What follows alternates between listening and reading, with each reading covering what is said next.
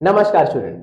सरस्वती माँ coaching centre में आज हम आपका फिर से स्वागत करते हैं। आज की क्लास में हम 11th क्लास के ही जो हमारी फर्स्ट बुक है उसका जो चैप्टर नंबर 7 है उसके बारे में बात करेंगे, जिसे हम संघवाद या फेडरलिज्म के नाम से जानते हैं।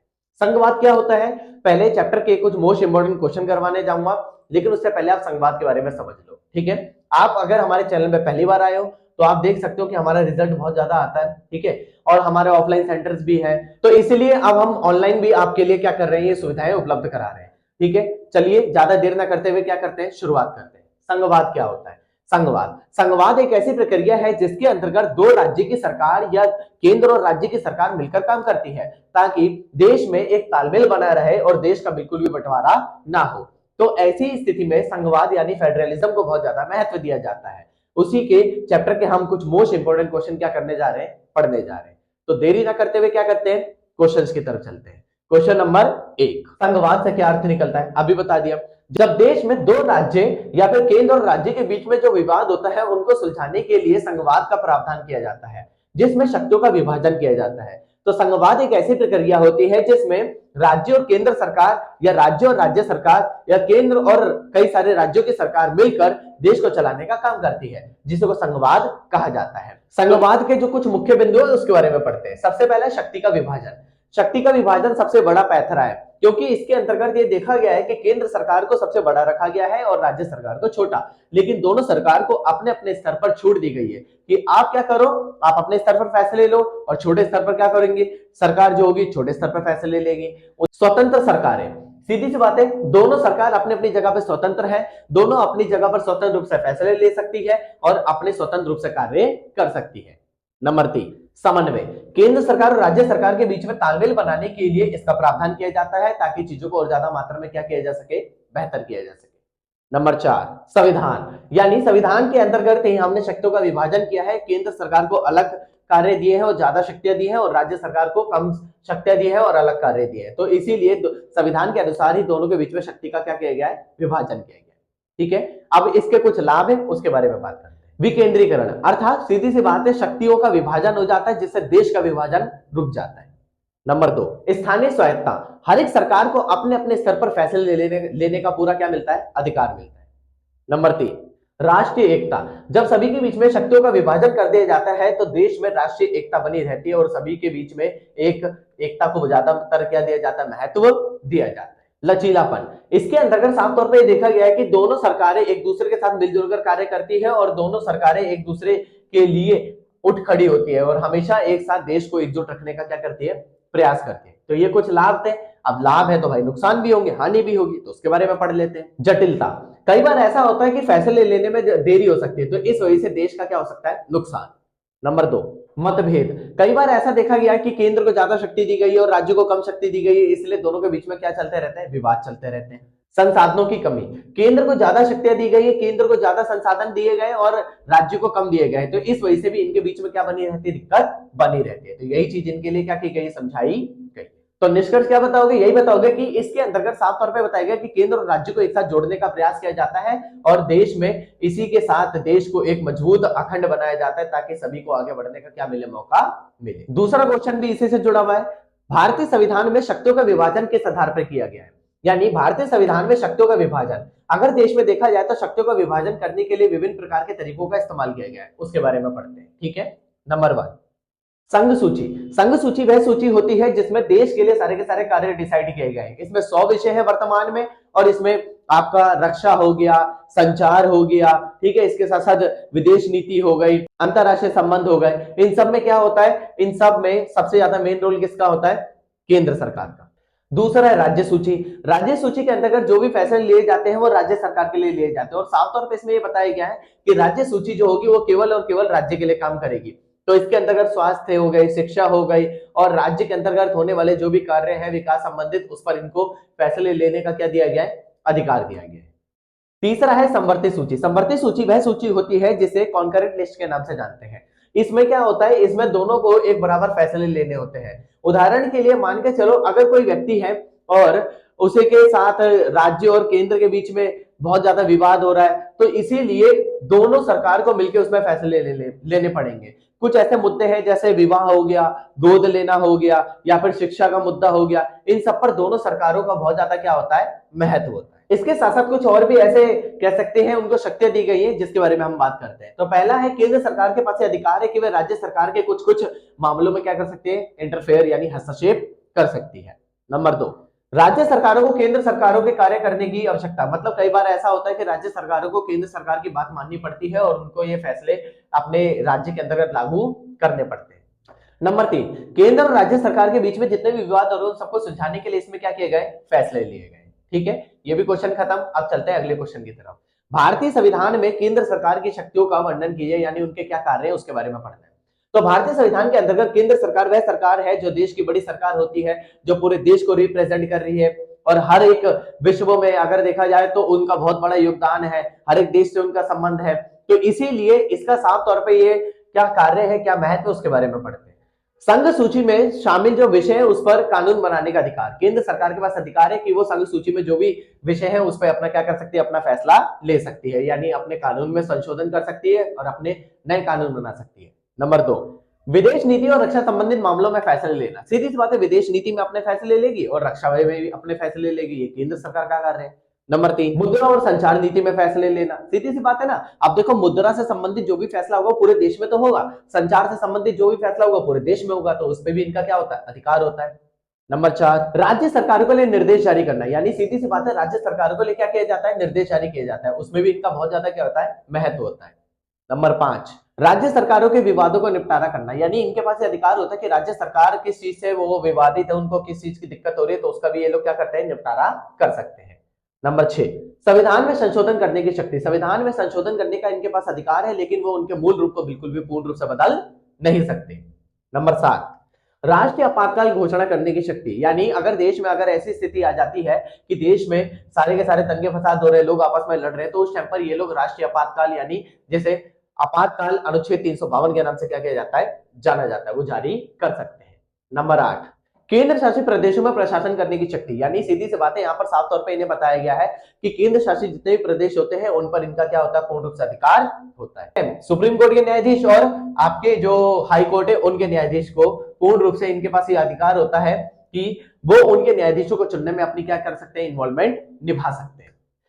केंद्रीय सरकार के पास ये अधिकार होता है कि वह संसद का सत्र कभी भी बुला सकते हैं और कभी भी उसे क्या कर सकते हैं, स्थगित कर सकते हैं, मतलब उसे पोस्टपोन कर सकते हैं, उनके पास क्या होता है, अधिकार होता है। तो इसीलिए देश की सरकार के पास ये बहुत ज्यादा महत्वपूर्ण क्या है, अधिकार है। अगला क्वेश्चन है आपका, राज्यपाल कौन होता है, इसकी भूमिका का वर्णन कीजिए। राज्यपाल वह व्यक्ति होता है, जिस प्रकार देश में पहला व्यक्ति राष्ट्रपति होता है उसी प्रकार किसी राज्य में पहला व्यक्ति राज्यपाल होता है। जो कार्य राष्ट्रपति के होते हैं वैसे कार्य किसके होते हैं, राज्यपाल के होते हैं। तो राज्यपाल जैसे गवर्नर या फिर लेफ्टिनेंट गवर्नर यानी उपराज्यपाल के नाम से जाना जाता है। तो जो पूर्ण राज्य होते हैं वहां पे राज्यपाल होता है, जहां पे अधूरे राज्य होते हैं वहां पर कौन होता है, उपराज्यपाल। जैसे दिल्ली है, दिल्ली में एलजी है यानी उपराज्यपाल है। तो इसीलिए साफ तौर पे ये बताया गया है कि इसके क्या कार्य होते हैं, इसकी नियुक्ति कैसे होती है, उसके बारे में बात करते हैं। तो इसके कुछ कार्य हैं। सबसे पहला है संवैधानिक भूमिका। राज्यपाल जो होता है वो मुख्यमंत्री के साथ मिलकर कार्य करता है, वो संविधान के अनुसार करता है। नंबर 2, प्रशासनिक भूमिका, अर्थात सीधी सी बात है उसके पास ये अधिकार होता है कि वो प्रशासन में अपनी भूमिका निभा सकता है और किसी भी व्यक्ति को क्या करवा सकता है, वो ट्रांसफर वगैरह उसका करवा सकता है, जिसे स्थानांतरण या फिर कह सकते हैं तबादला कहा जाता है। प्रतिनिधिक भूमिका, इसके अंतर्गत साफ तौर पर बताया गया कि वो एक राज्य का प्रमुख होता है और राज्य के लिए जो भी जरूरी फैसले लेने होते हैं उस पर इसका क्या होता है, पूरा अधिकार होता है। राज्यपाल के कुछ महत्वपूर्ण कार्य है उसके बारे में बात करते हैं। सबसे पहला कार्य है कि जो राज्य में विधानसभा होती है उसका सत्र बुलाना और उसे स्थगित करना, ये उसके पास अधिकार है। अभी मैंने आपको बताया संसद, जैसे संसद का सत्र बुलाने का अधिकार राष्ट्रपति के पास है, वैसे ही केंद्र सरकार के पास है, वैसे ही जो विधानसभा है उसका सत्र बुलाने का अधिकार किसके पास है, राज्यपाल के पास है और मुख्यमंत्री के पास है। नंबर 2, विधेयकों पर हस्ताक्षर करना और उसे वापस भेजना। विधेयक मतलब क्या होता है, बिल। अगर वो बिल जनता के लिए फायदेमंद होगा तो उस पर हस्ताक्षर कर देगा व्यक्ति यानी राज्यपाल, और अगर वो जनता के लिए हानिकारक होगा तो उस पर हस्ताक्षर नहीं करेगा। नंबर 3, मुख्यमंत्री और मंत्रिपरिषद की रक्षा करना। सीधी सी बात है जो मुख्यमंत्री होता है और मंत्रिपरिषद होती है इसकी रक्षा करने की जिम्मेदारी किसकी होती है, इन्हीं की होती है। तो जो मुख्यमंत्री है उसको नियुक्त करेंगे और नियुक्त करने के साथ साथ कह सकते हैं मंत्रिपरिषद को भी नियुक्त करेंगे और उसको सपोर्ट भी देंगे। तो ये किसका कार्य है, राज्यपाल का। मुख्यमंत्री और मंत्रिपरिषद की नियुक्ति करना, यानी मुख्यमंत्री कौन बनेगा और जो मंत्रिपरिषद उसकी कौन सी होगी उनको नियुक्त करना, उनको शपथ दिलाने का कार्य किसका है, राज्यपाल का। राज्य के अधिकारियों की नियुक्ति और स्थानांतरण करना, मतलब राज्य के जितने भी अधिकारी हैं उनकी नियुक्ति करना, उनको स्थानांतरित करने का कार्य किसका है, इन्हीं का है। केंद्र सरकार के साथ समन्वय करना, यानी सीधी सी बात है, राज्यपाल क्या करता है, केंद्र सरकार और राज्य सरकार के बीच में जो विवाद है उसको पूरी तरीके से सुलझाने की कोशिश करता है। लास्ट पॉइंट है, राज्य के हितों को केंद्र सरकार के सामने रखना। जो भी राज्य के लिए हित होगा, जो उसके फेवर में होगा, तो वो उसके जो हित है उसको किसके सामने रखा जाता है, देश के सामने, यानी केंद्र सरकार के सामने रखा जाता है। ठीक है, ये भी आपका क्वेश्चन था जो आपके लिए बहुत ज्यादा जरूरी था, खत्म हो चुका है। अगले क्वेश्चन की तरफ चलते हैं। अनुच्छेद 356 से आप क्या समझते हैं? अनुच्छेद 356 जिसे राष्ट्रपति शासन के नाम से भी जाना जा सकता है या फिर राज्य में आपातकाल के नाम से जाना जाता है।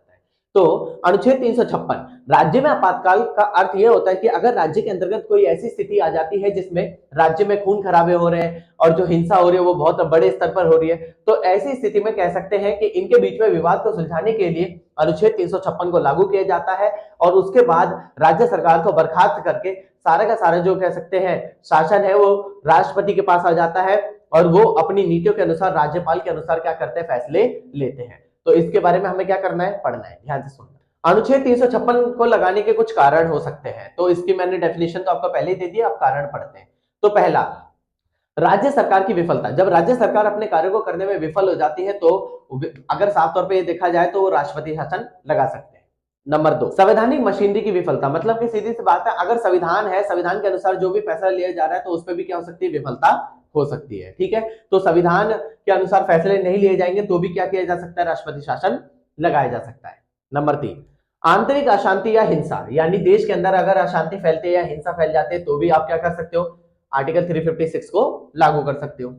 राज्य सरकार द्वारा संविधान का उल्लंघन करना, जब कभी राज्य सरकार संविधान का उल्लंघन करती है तो ऐसी परिस्थिति में भी हम क्या कर सकते हैं, हम राज्य में आपातकाल लगा सकते हैं। तो इसीलिए ये वह प्रावधान है जिसके तहत हम क्या कर सकते हैं, राज्य में आपातकाल जारी कर सकते हैं।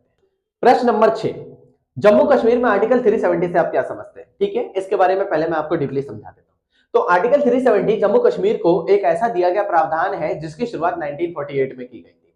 तो 1947 में जब भारत आजाद हुआ तो कश्मीर ने भी आजाद होने की मांग की थी। उसी टाइम पर कश्मीर के जो राजा थे उनका नाम था हरि सिंह। तो हुआ क्या कि पाकिस्तान अलग बना जिसे पश्चिमी पाकिस्तान के नाम से जानते हैं, भारत अलग बना जिसे हिंदुस्तान के नाम से पहले जानते थे, अब भारत के नाम से, इंडिया के नाम से जानते हैं। तो उसी टाइम पर कश्मीर ने भी अलग होने की क्या कर दी थी, मांग कर दी थी। तो भारत सरकार ने उनके सामने प्रस्ताव रखा था कि आप हमारे साथ क्या हो जाइए, मिल जाइए। परंतु राजा हरि सिंह ने ऐसी इस बात को मानने से क्या कर दिया, इनकार कर दिया और हमने कश्मीर को आजाद कर दिया। उसी टाइम पर क्या हुआ कि 1948 में, उसी के कुछ महीने बाद ही 70 यानी आजाद होने के कुछ महीने बाद ही 48 में पाकिस्तान ने कश्मीर के कुछ हिस्सों पर क्या कर लिया, अपना कब्जा कर लिया जबरदस्ती। और उसी टाइम पर वहां के राजा ने भारतीय लोगों से क्या की, मदद मांगी। तो भारत में वो जब सरदार वल्लभ भाई पटेल, पंडित जवाहरलाल नेहरू के पास आए तो उन्होंने बोला कि हमारी मदद कीजिए। भारतीय सरकार ने उनसे साफ तौर पर विलय सहमति पत्र पर साइन करवाए और साइन करवाने के बाद उसे भारत के साथ जोड़ने पर क्या किया, मजबूर किया। भारत सरकार ने क्या बोला कि हम आपकी मदद करेंगे लेकिन आपको जम्मू कश्मीर को भारत के साथ क्या करना पड़ेगा, मिलाना पड़ेगा। तो राजा हरि सिंह मान गए इस बात पर और विलय सहमति पत्र के तहत हमने उन्हें अपने साथ क्या किया, जोड़ा। लेकिन जोड़ने के साथ उनके लिए कुछ प्रावधान किए गए थे जो अब खत्म हो चुके हैं। सन 2019 में आर्टिकल 370 को पूरी तरीके से खत्म कर दिया गया है। लेकिन ये था क्या, उसके बारे में बात करते हैं। तो इसके कुछ पॉइंट्स हैं, यानी जम्मू कश्मीर में आर्टिकल 370 क्या था, जम्मू कश्मीर को स्वतंत्र राज्य प्राप्त करवाना, यानी कि वो स्वतंत्र राज्य था और उसको सबसे ज्यादा अधिकार दिए गए थे। नंबर 2, जम्मू कश्मीर के लोगों को विशेष अधिकार प्राप्त करना, यानी कि जो जम्मू कश्मीर थे उसके लोग थे उनको क्या किया गया था, विशेष अधिकार प्राप्त करवाए गए थे।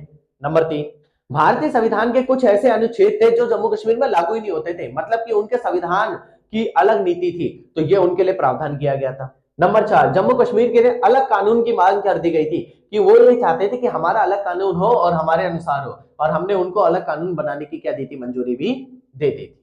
अब जम्मू कश्मीर में कह सकते हैं आर्टिकल 370 के तहत कुछ मुख्य प्रावधान थे, तो उसके बारे में बात कर लेते हैं। वहां के लोगों को दोहरी नागरिकता प्राप्ति, मतलब कि वो भारत के भी नागरिक और जम्मू कश्मीर के भी नागरिक हैं।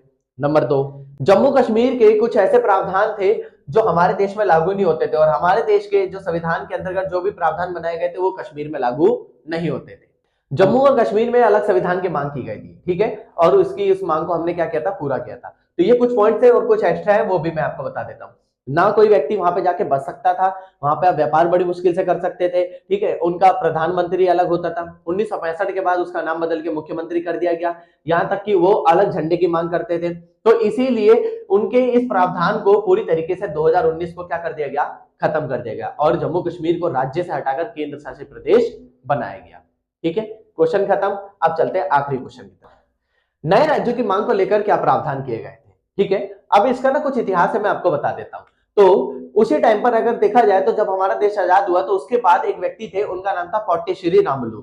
उन्होंने ये बोला कि हमारे राज्य को यानी हमारे देश में अगर देखा जाए तो तमिलनाडु से अलग करके एक राज्य बनाया जाना चाहिए जिसे आंध्र प्रदेश के नाम से जाना जाएगा, और वो राज्य केवल और केवल भाषा के आधार पर होगा, क्योंकि बहुत सारे लोग ऐसे हैं जो तमिल नहीं जानते हैं और वो आंध्रा बोलते हैं। तो इस वजह से उन्होंने क्या किया, उन्होंने इसके लिए अलग राज्य की मांग की कि भाषा के आधार पर उन्हें अलग राज्य मिलना चाहिए। परंतु जो भारत की केंद्र सरकार थी उन्होंने इस बात को मानने से क्या कर दिया, इनकार कर दिया। उसी टाइम पर पोट्टेश्वरी रामुलु ने सारे लोगों को इकट्ठा किया और भूख हड़ताल पर बैठ गए। उन्होंने 55 दिन का अनशन किया और 56वें दिन उनकी क्या हो गई, मृत्यु हो गई। तो जब उनकी मृत्यु हुई तो उनकी मृत्यु के बाद अगर देखा जाए तो बहुत ज्यादा देश में दंगे फसाद हुए, बहुत ज्यादा दिक्कत हुई। ऐसी परिस्थिति में क्या हुआ कि कुछ समय बाद ही राज्य पुनर्गठन आयोग की स्थापना हुई, जिसे स्टेट रीऑर्गेनाइजेशन कमीशन कहते हैं, और इसी के तहत किसी भी राज्य को दोबारा से बनाया जा सकता है। तो इसीलिए भाषा के आधार पर 1953 में हमारा पहला राज्य बना, जिसे आंध्र प्रदेश के नाम से क्या किया जाता है, जाना जाता है। लेकिन ये केवल और केवल किसके आधार पर था, भाषा के आधार पर। ठीक है, अब ये भी क्वेश्चन आपका क्या हो गया है, खत्म हो गया। ठीक है, ये इस चैप्टर के बहुत ज्यादा मोस्ट इंपोर्टेंट क्वेश्चन थे जो मैंने आपको करवाए हैं। अगर आपको वीडियो अच्छी लगी हो तो वीडियो को लाइक करें, चैनल को सब्सक्राइब करें और ज्यादा से ज्यादा अपने दोस्तों तक क्या करें, शेयर करें।